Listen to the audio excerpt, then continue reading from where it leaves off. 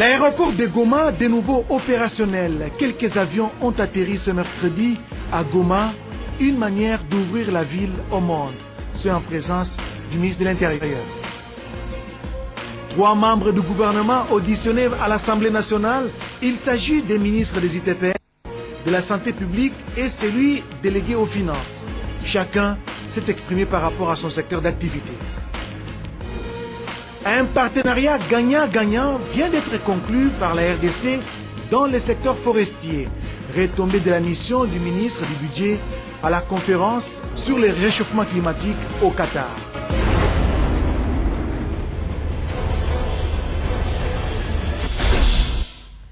Mesdames et messieurs, bonsoir et bienvenue dans cette édition d'information dernière sur la radio-télévision nationale congolaise. Notre compteur indique que cela fait exactement 245 jours depuis que la RDC est agressée dans sa partie orientale et nous ne cesserons jamais d'être de cœur avec nos compatriotes vivant dans cette partie du pays. C'est parti en images, vous l'avez suivi également au sommaire, l'aéroport de Goma dans le Nord Kivu est à nouveau ouvert au trafic. Il en est de même du lac Kivu.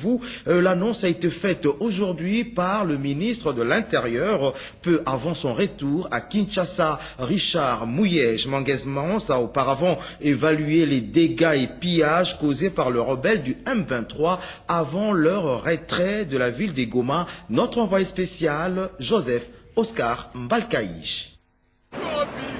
Les avions peuvent décoller et atterrir à l'aéroport national de Goma, aéroport fermé à la suite de l'occupation de la ville par les rebelles du M23. Le ministre de l'Intérieur, Sécurité, Décentralisation et Affaires coutumières, qui a visité les installations, est allé s'assurer des conditions sécuritaires pour la reprise du trafic. Dans cette visite de travail, Richard Mouyej Manguesmans s'est fait accompagner du commissaire général de la police nationale congolaise, Charles Bisengimana, du gouverneur de province, Julien Paloukou, des responsables de la MONUSCO et ceux des services de sécurité. Il n'y a pas de vie si l'aéroport reste fermé, si les lacs restent sans activité. Nous avons entrepris des contacts avec le gouverneur et les responsables des services et toutes les conditions requises sont réunies. Voilà, le premier avion Malou service vient de décoller, le premier avion MONUSCO vient d'atterrir, puis il y a un autre avion de service air qui arrive. La vie doit reprendre. La population a connu énormément de souffrances, mais nous ne devons pas, en tant que gouvernement, laisser cette population s'ouvrir. Il faut que la ville s'ouvre et c'est effectif.